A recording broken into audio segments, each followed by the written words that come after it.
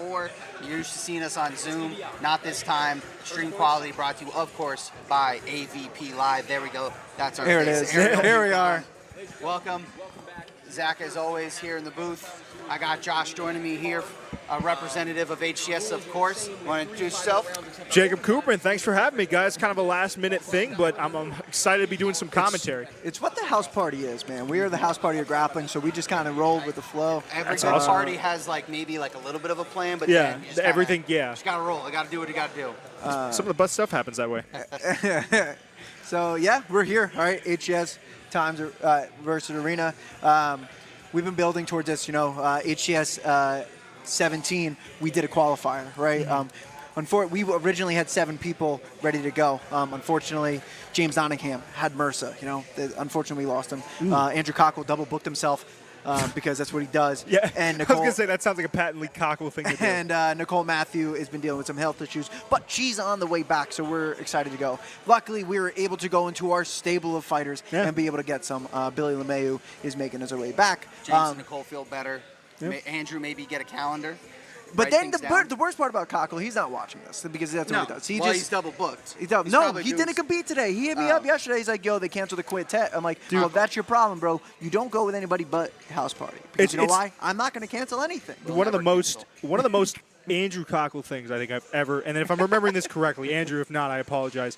I think he may have driven, we had one of the events here, he ended up driving from Virginia. That's where he was supposed to be this morning. Yeah. Oh, so he did. This is a common occurrence. Yeah, he was like, I'm on my way. I'll make it for the main event. And he ended up making it in time, but he drove 5-6 hours down. Again, It's Andrew insane. Cockle, we love you. He's undefeated inside the circle. He's our 2-weight champ. He's won $2 grand from us. Nobody can beat him. We'll see him later on this year because we have some big events, big things to say. I'm not going to say everything today. Because you're going to have to tune in. We're willing to put up with some extra stuff when you're the double champ. And he's monstrously talented. You get grace with skill. There's no doubt about it. I mean, I'll never forget that night. Shows up. I think it was late second round. Secures the win, and it's just like, all right, guys, I'm driving back to. I was like, what type of monster? What type of animal is this? The rooster, man. Yeah, rooster. The rooster. Yeah. A rooster. All right. But yeah, so HCS 17. Yeah. It was a great time. It led us to here today. Arena versus HCS. Yeah. Exciting card. A mix of rule sets. It starts with Arena rule set regulation. HCS house party overtime. We're going head-to-head, see how it's going to go. First match of the night, it's going to be, I know from HCS, it's Nick Kennedy, and then I believe from Arena we got Alex Shaniz. Is that how we say that? Yeah, Alex Shaniz. All right. Should be a banger. I mean, Nick Kennedy's had the problem at HCS. People just are afraid of him. People don't want to participate against Nick Kennedy. And I get it. He's been on a roll. Good news to Alex stepping up. I saw him walking around. That's a big guy. No, they call him Big Alex. Well, makes sense. We're heavyweights. There's going to be some big men in the cage to start us off. And there he goes in the background. Just one of the nicest guys ever. I mean, I had the chance, it was 2-3 cards ago, to meet him. Really, really nice guy. And to your point, game. We'll fight just about anyone. He's like, all right, you know what? I got this call up. All right, I'll step in the cage. I don't mind. He's like a competitor's competitor. You look at a guy, and it's like, all right, this is a guy that's you need him in a spot, he'll be there. So, yeah, I mean, Nick Kennedy, when I was trying to match make for the qualifiers, right, we had a bunch of people call us and everything. And what I love about our rule set and what we've been doing for the last almost 3 years already is that I've had people that keep on coming and want to go. I was like, all right, I want to get as many Team HCS guys as we have. Well, a lot of the issues that we ran through is Arena and HCS has a lot of the same competitors just because, we're both on the East Coast. We're Jersey, PA. It's going to happen. But Nick Kennedy has been Team HCS. He won the Amateur Invitational. When no one else showed up, he showed up. He was part of the team duel on HCS 16. So he's still actively there. And then, we had unfortunate, JT Taylor was calling him out, okay? JT Taylor was calling him out, and he was supposed to be there at HCS 17, but one person showed, and that was Nick Kennedy, right? I could have found a replacement, but I said, nope, Nick Kennedy is Team HCS, and I have all confidence that he's going to come out and do what he does. He's a bus driver. he's a bus driver. He is not the scariest person. He's a nice guy. guy. Very nice guy. Very well spoken. We try to get him to shit talk, and he never does. He's not going to do it? I gave him the mic. We give him the mic every time he shows You're up. like, and talk he's some always trash. and he's always like, I came here and I did my thing and I'm going home. That's it. I did an interview with him. Yeah. And he was like, all right, so what? He did one good promo that got everybody fired up. He said, all these guys are calling me out, but no one shows. Yeah. And so far, he's 5-0 inside the circle. I think. Yeah. I get the job done today. I really appreciate guys like that are very, very humble, nice individuals, but you know when it comes down to it, they're absolute savages, absolute dogs.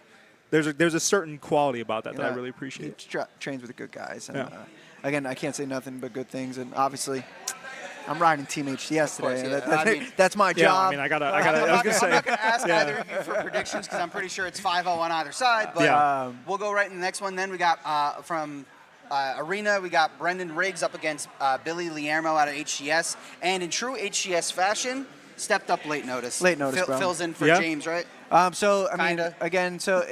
It was a weird, I guess, we did the full qualifier, so we made 7. I said, what do you guys want us to do? Do you want me to pick weights and whatever? He's like, no, just make a team and we'll matchmake around it. All right? We made a team. So regardless, if you want to look at it, he replaced Nicole, he replaced Cockle, or he replaced James. He replaced somebody as of Monday, right? I was like, hey, I already have Billy scheduled for HCS 18 coming to you live June 29th. Make sure you have it right from AVP.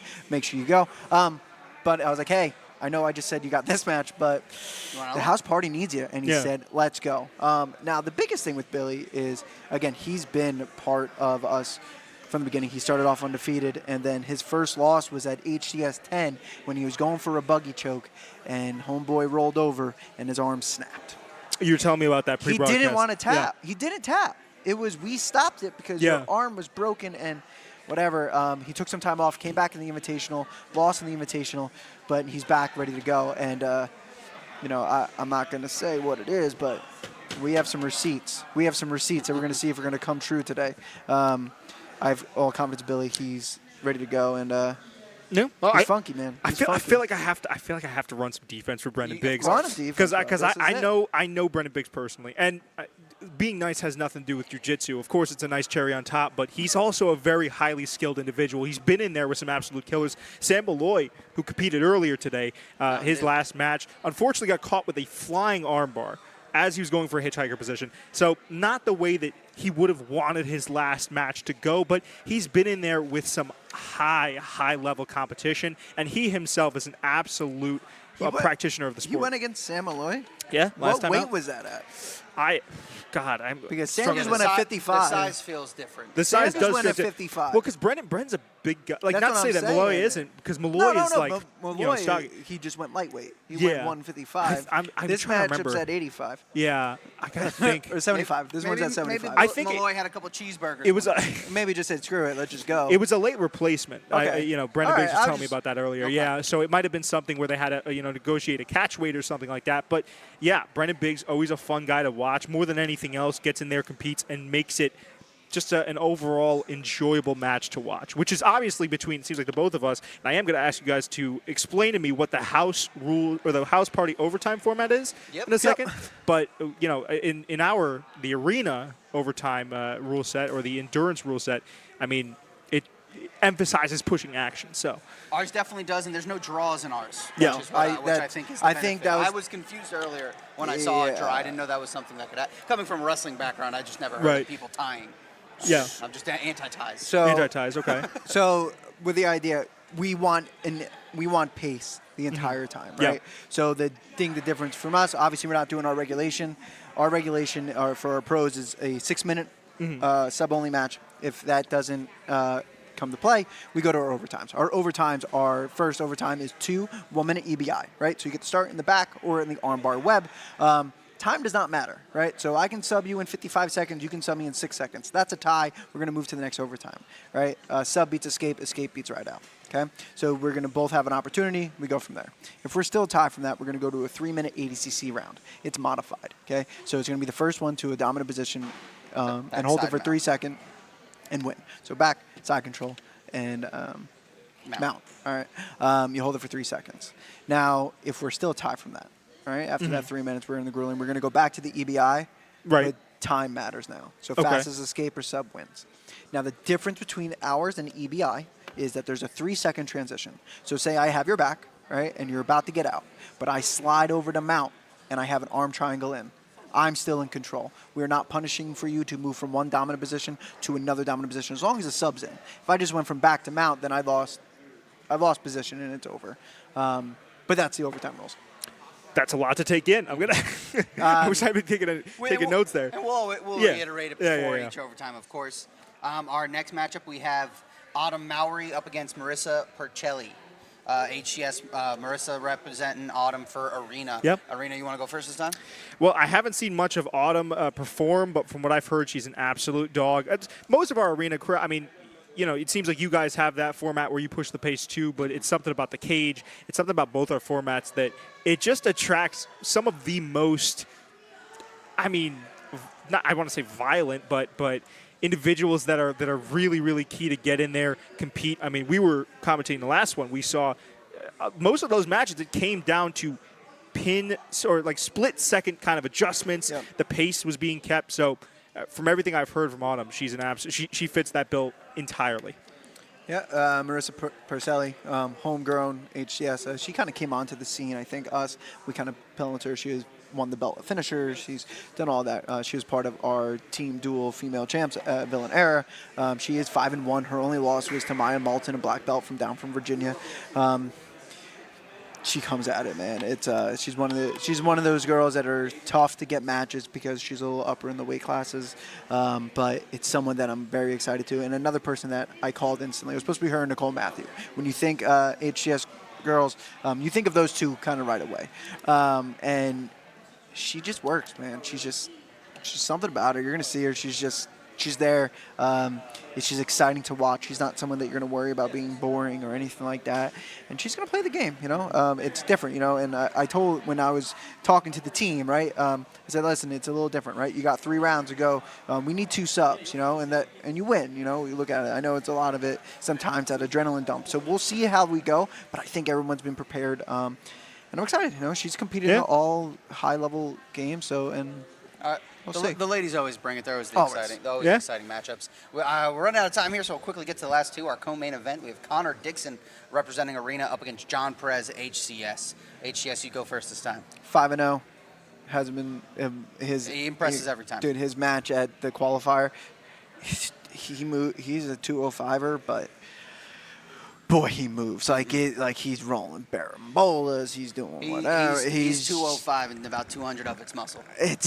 And he has a mullet going on right now. Yeah, he's got that. The flow's grown out. I think that gives the flow's new. The flow's new. That gives you +5 grappling or so I've We'll heard. have to find 100%. out. We'll have to find out. I'm excited, and listen, I already know about Connor. Connor's a fucking dog. When I got the text that this is the matchup, I said, got excited. Done. Yeah. I was like, the only reason why it's not the main event, we'll talk about it, because Zach hopped in and needed a little longer break.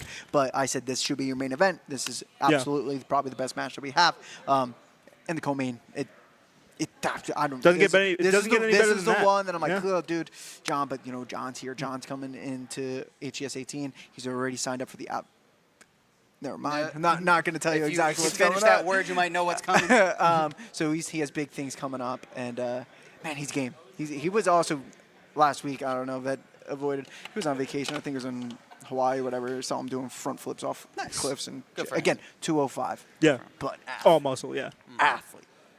All right, and then our main event of the evening, we have, and he got a pop earlier, so you might have to talk about that real quick, but we have Zach Radigan of Arena up against Nick Toscano, HCS, and from the HCS side, there is not a better person you could put inside the circle, or today the cage, than Nick Toscano to represent us. He's there pretty much every event at this point. He's on the card, and this is just another one. I mean, Nick is just, I've had the pleasure of watching him perform. I believe that was when I was hosting for Arena. Probably. But Nick is if always you've ever game. watched any grappling ever, he's probably on the card. I was going to say, Nick has been in a little bit of everything.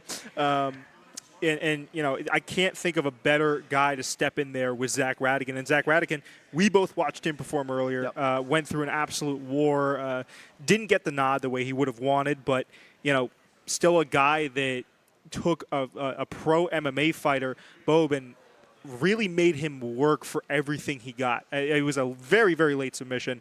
I'm super excited. He's a vet of our promotion, and he's had you talk about, and it seems like a lot of people are vets because I have the sheet here, but that guy is like a vet's vet, where it's like, okay, you've actually had a ton of experience, ton of submissions under his belt, not only in this promotion, but in other promotions as well. They call him the Psycho, so he's going to be a fun one.